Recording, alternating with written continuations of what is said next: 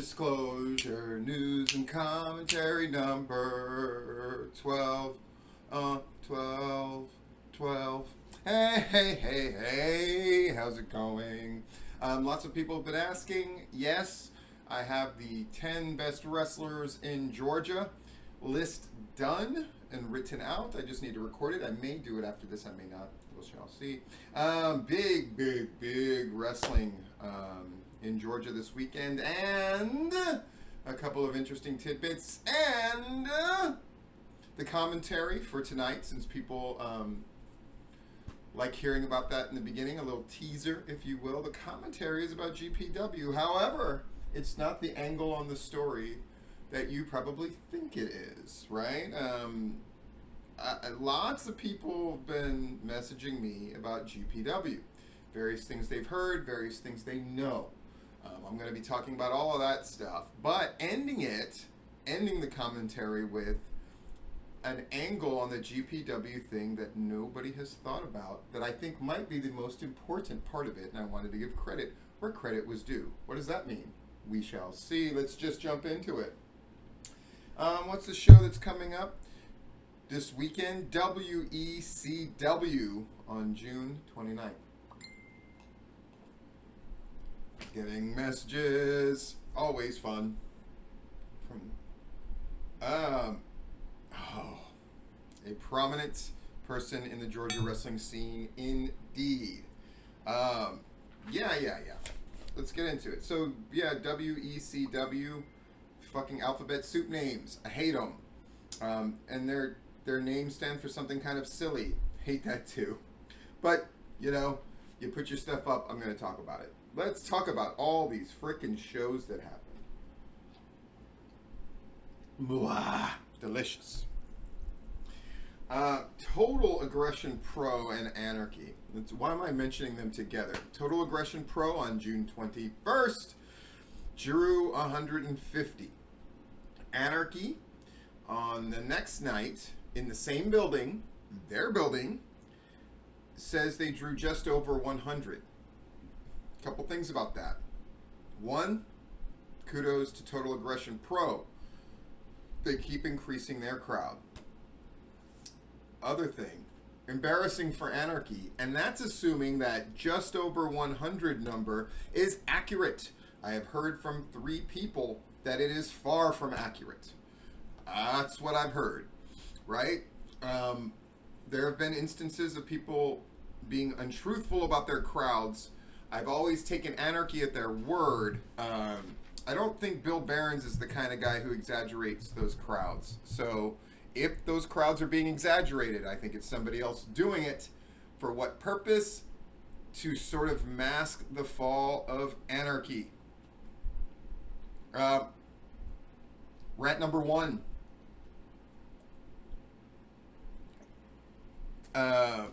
Anarchy is in trouble. They try to keep their heads down. You notice you haven't heard a lot about them in general, right? And when Dan was more or less pushed out, he left of his own volition, don't get me wrong. But the environment for him being there was incredibly hostile, with Rick Michaels and others not making it a secret that they wanted Dan out. And which I thought was an incredibly ungracious way to treat Dan. Dan is one of the few people, full disclosure, that I consider a genius and an artist. And the work that he did reviving that promotion, along with the boys, of course, but you got to understand, when Why We Wrestle was in that building, they were dead in the water. They were so dead in the water that Todd wanted nothing to do with them. And Todd ended up going over to Southern Fried and having, of course, huge success there. But Todd wanted nothing to do with Why We Wrestle and nothing to do with the revived Anarchy. Yeah? It was Dan who went in there, driving all the way from near Chattanooga, putting that show together, giving back some of that old spirit in the building, getting the houses up, getting guys over, doing all of that great stuff, having to kind of deal with,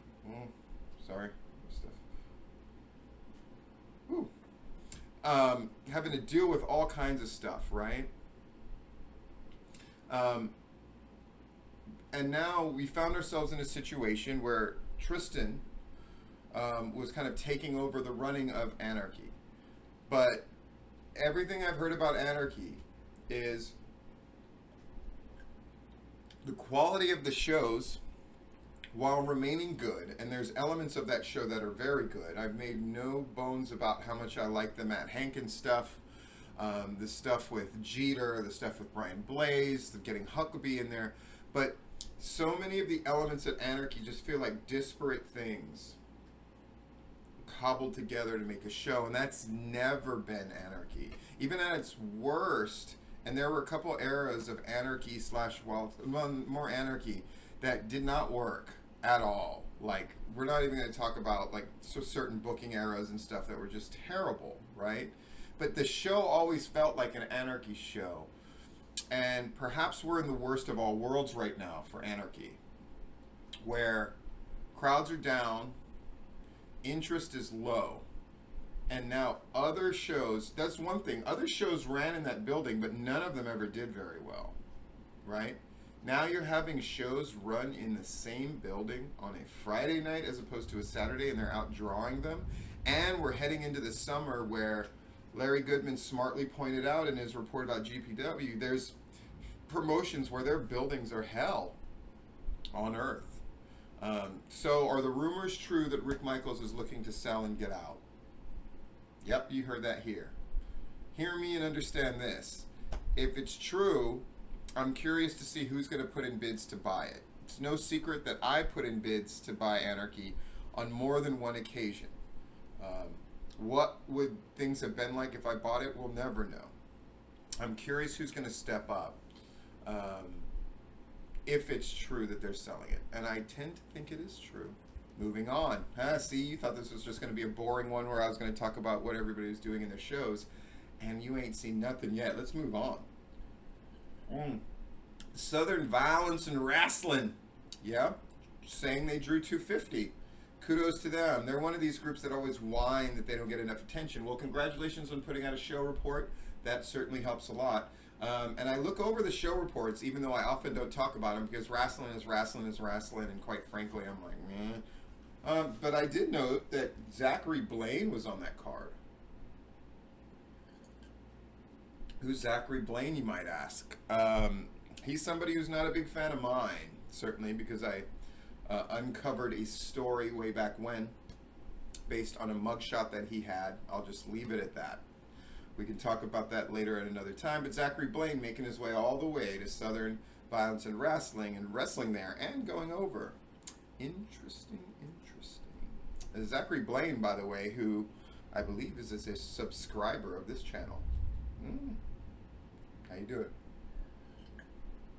Spinebuster, who's made inquiries behind the scenes to me and Larry Goodman about how to get their show reports up and da-da-da-da-da. Good for them. They're watching my videos and going, we want to get out there, we want to get our name out there, even though Steve hates our name. Spinebuster in Valdosta, 324.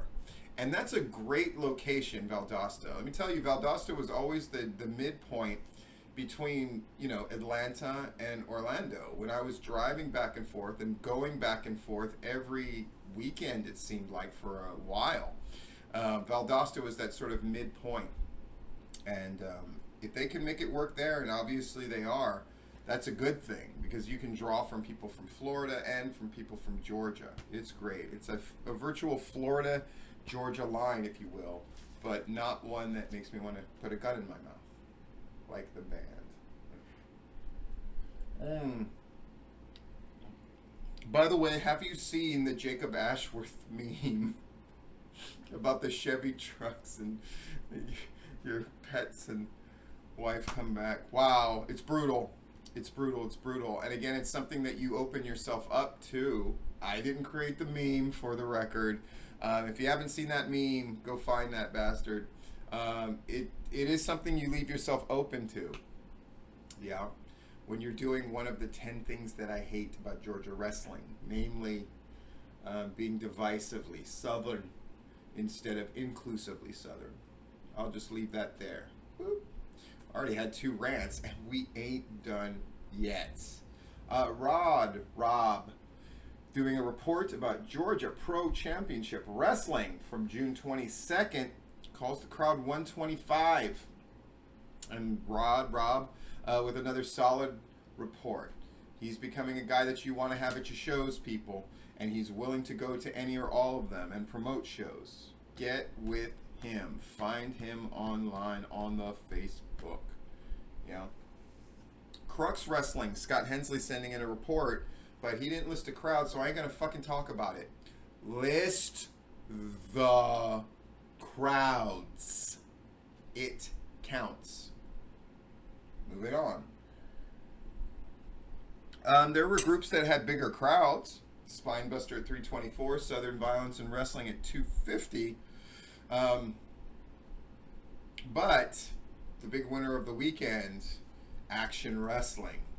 Kudos to Matt Griffin, involving himself in an angle in a way that was truly compelling, truly put not just Billy Buck over, but any number of people that they've moved in to that angle, putting them all over, making them all important. It's what booking is. It's very, very good. His promise to punch him in the mouth, such great promotion. I'm going to talk more about Action Wrestling in a bit. They drew 200, by the way, which, while disappointing to them, I wrote, full disclosure, I wrote Matt Griffin congratulating him on doing such a great job and having such a great angle and doing it so well. And then I know he was probably disappointed in that crowd, wanted it to be bigger. When do we not want our crowds to be bigger? Of course you do. But when you think about where they were a year ago, when you think about what their goals, rather modest goals, were at one point, and then Matt Griffin said, you're right, Steve, because and I'm not taking credit, I'm just saying at one point I said, people need to fucking shoot for the stars. And he was like, you know what, I need to do that too. And he started desiring bigger and bigger crowds. And the fact that they're getting 200, where at one point they were not getting anywhere near that. And they're raising money. I know I make fun of the charity thing a lot, but it's no small feat to draw 200 and to raise $1,000 for a charity on a show that you did incredibly well, where a lot of those people are going to want to see the next chapter of your story. That's just a great job. Yeah, I'm going to bring up Action Wrestling as part of my commentary later. Ooh, hint, hint. But hell, let's just get to the commentary. GPW.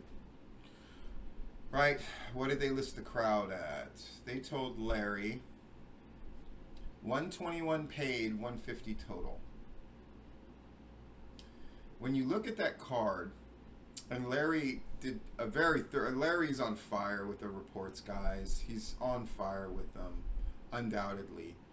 He called it right when he talked about how the heat was not bearable in the building and how the crowd was not as hot as the temperature was. Ouch. I read that report and I looked at the various things they have gone. You have Marshall stepping away. Is that the big story? Well, clearly, Cody Rhodes put the kibosh on him being part owner and running that thing. That's interesting because so now you have no Woody, who's now running a promotion that can only be considered a rival, right after announcing a retirement. But everybody who knew anything knew that Woody just wanted to do a promotion that he was interested in doing, in a style that Woody's a mad scientist type. He does not get called that, but I'm calling it Woody's a mad scientist type. And he's a real wrestling guy that likes doing strange and interesting things. And now GPW, I looked at that card and I look at the situation, and Logan Chase, who's a great performer, but he's stuck in a face role, which they can't really do anything with. Now Marshall's gone.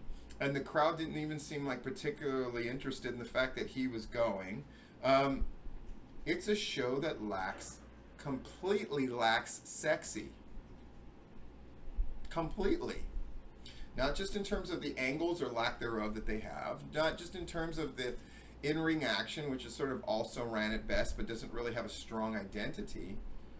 GPW, without Woody, and without even the idea of Marshall, though I don't think he would have done a great job helping to run that promotion. I think his sensibilities run counter to what GPW should be doing.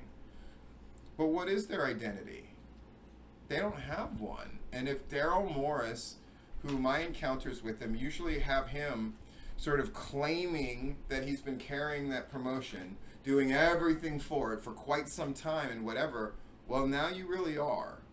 And is this what we're going to get? Which is a promotion with waning interest. Now, granted, this is he's not wrong. This is a time of year where people tend to take a hit in the summer. But there are promotions that are bucking that trend. In fact, a bunch of trends are being bucked right now. And the old excuses no longer apply. That's my commentary. That's part of it anyway. Hear me understand this, right? It used to be, as the WWE goes, so goes wrestling. Well, the WWE sucks, folks, and it's tanking. And they're getting their smallest crowds in years, and less people are watching than ever have, but yet indie wrestling, in Georgia in particular, is hot. Yeah. And it's not just one style of wrestling. It's everything from action, from the work rate stuff, to the stuff that's a great combination of the two, the best production along with the best sort of mix of angles, in-ring and all that, like a Southern Honor, all the way to the shows that are good old-fashioned Southern wrestling. I mean, the promotion is called Southern Violence and Wrestling, and they're doing 250 or 300 at shows. So clearly there's promotions that are making it work in spite of or completely independent of whatever the WWE is doing. So that conventional wisdom does not apply. Now, summer is going to hurt people. But at the end of the day, if your show's good enough and quote-unquote hot enough, people will still go to the shows. Right? So is the story Marshall stepping away? Well, that story is just he's not allowed to be part of that promotion. So they had to do a ramshackle angle where he's not there anymore. Whoops. Is Woody going to take him out? I've read a lot of discussion about that Woody's going to, his promotion's going to kill whatever thing they have left. I don't know. I think Woody's thing has got to be successful because, again, as much as Daryl Morris wants to say, take credit, and I saved Woody, Woody's the one who did multiple shows in the area that went from drawing 20 to 30 to 40 to the hundreds. Daryl Morris's money certainly factored in at one point, but at the end of the day, it's the good feelings about Woody that kept these things going, and the simple organization, and the boys love Woody. If that isn't clear, they love him from Tennessee all the way to that part of Georgia. They love Woody. And not only do you got to be sexy, you have to be loved and respected on some level. Yeah. Is the story with GPW that I'm going to talk about, that people are throwing dirt on them right now? People are throwing dirt on that casket. Here's the most interesting part of the story to me, and the part that I haven't heard anything about from anybody. I can put my notes down now because I know exactly what I'm going to talk about, and it's not going to take that long to talk about. Even though they don't run in the exact same town, right, in the exact same way all the time, it was generally acknowledged that Canton area was a 3-horse race: Southern Honor, GPW, and Action. And I had said correctly that the hardest thing to be in wrestling is the 3rd horse in a 3-horse race. Yeah. Really difficult to do. Really hard. Wrestling history is littered, both on a macro level and a micro level, of the 3rd promotion not doing well. I hated when PCW was the acknowledged 3rd, when it was Rampage, Anarchy, and us. I hated it. I was thrilled when we finally started conquering, right? When we had our breakout year, I mean, Rampage was gone. I don't think that's a coincidence, And Action, and I'm just going to say this in a direct manner so I am not misunderstood, because that's how I like things to be. Action is now the clear number 2 in that area. They have passed GPW by, and they're not even able to see them in the rearview mirror anymore. And I'm not talking about just the size of their crowds from their last show. I'm talking about Action is interesting. I'm talking about action that Matt Griffin's got his fingers in other pies, right? He's got relationships with other promotions. He's going to be the guy that's helping to make Scenic City work. He's got all of these things going on, and he's got his own principles and sensibilities about helping charities out and things like that, that he's sticking to those guns. And he's doing it with sort of an aplomb and grace. And those aren't words that you hear me use in pro wrestling very often, or ever get used in pro wrestling very often. But he takes the shit with a smile. He may not agree with everything I say. And by the way, everybody who always like backhand compliments me by going like, well, I don't always agree with everything he says, but fuck you. I don't need your backhanded bullshit. I don't need people to agree with everything I say. And saying you don't agree with everything I say is nothing more than you insulating yourself from criticism, and it's a pussy move. There, I've called everybody out who's done that. Who needs to say that? It's lame as fuck. But Matt Griffin, I'm sure he doesn't agree with everything I say, but he listens to it. And more than that, he's a guy whose sensibilities about wrestling and what he likes do not mirror mine in the least, but I can admire the product. And when I called it that they're the best bell-to-bell action, that ruffled feathers, but it's true. And then Larry backed it up. And it's a title that they hold on to very proudly, and they continue to defend show after show. So kudos to them. They did what you have to do when you're the third horse in a 3-horse race. Listen to me, understand me.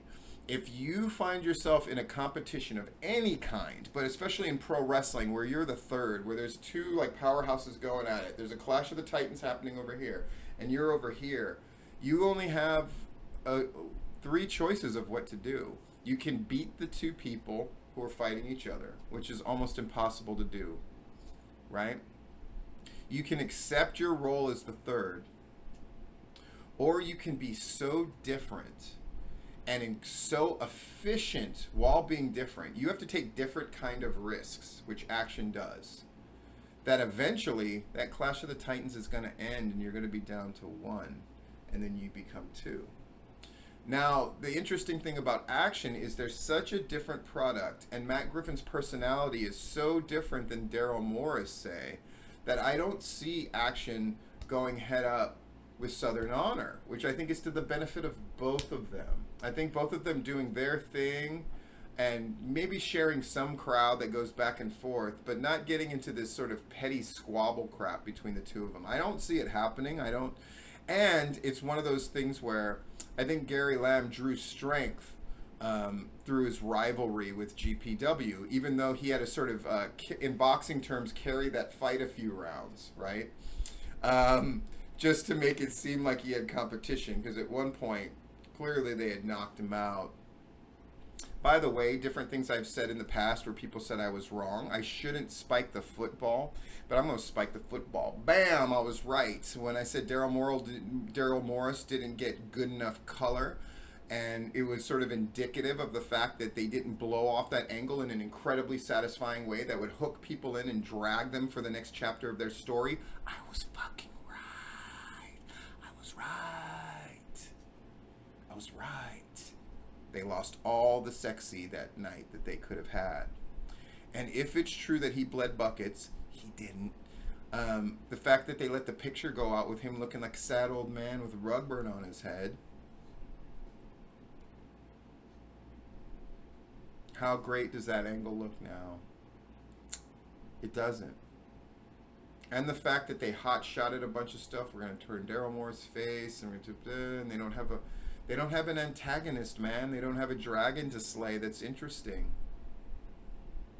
And they got the best guy. They've got essentially their Jimmy Hart from Memphis. Their dragon maker, Logan Chase, is now stuck in a position where he can't, like, everybody's a babyface. We've seen this problem with promotions in the past. And it's a booking mistake that nobody should get into, where you fall in love with everybody becoming babyface and so you have no heels. That's not interesting.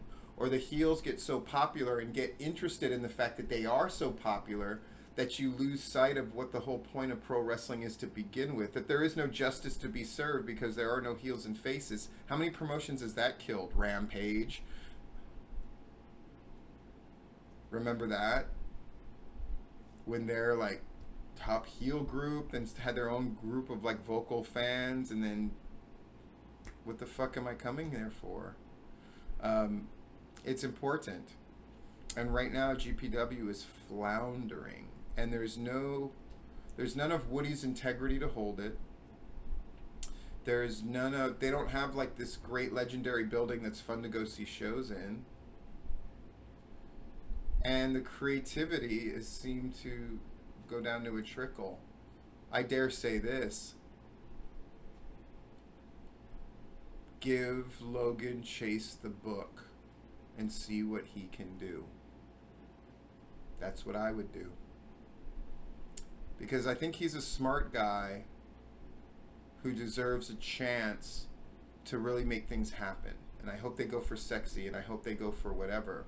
But what they shouldn't go for is holding on to the notion that they are number 2 in that area, because they are not. It is action. And they can either go lick their wounds and come out stronger, or they can continue to make excuses and wither along the way. If they get into a competition with Woody publicly, I think that's the death of them. I don't think it behooves them to do that. I think it behooves them to do something bold, yet respectful to their audience. I don't think they've asked themselves the fundamental question, and that's how I'm going to end this. They need to ask themselves the fundamental question. Why must we exist? And what is the story that needs to be told? Because I don't see, looking at those reports, a story that needs to be told. And if you don't have a story that needs to be told and needs to be heard, then you have a show that doesn't need to be watched.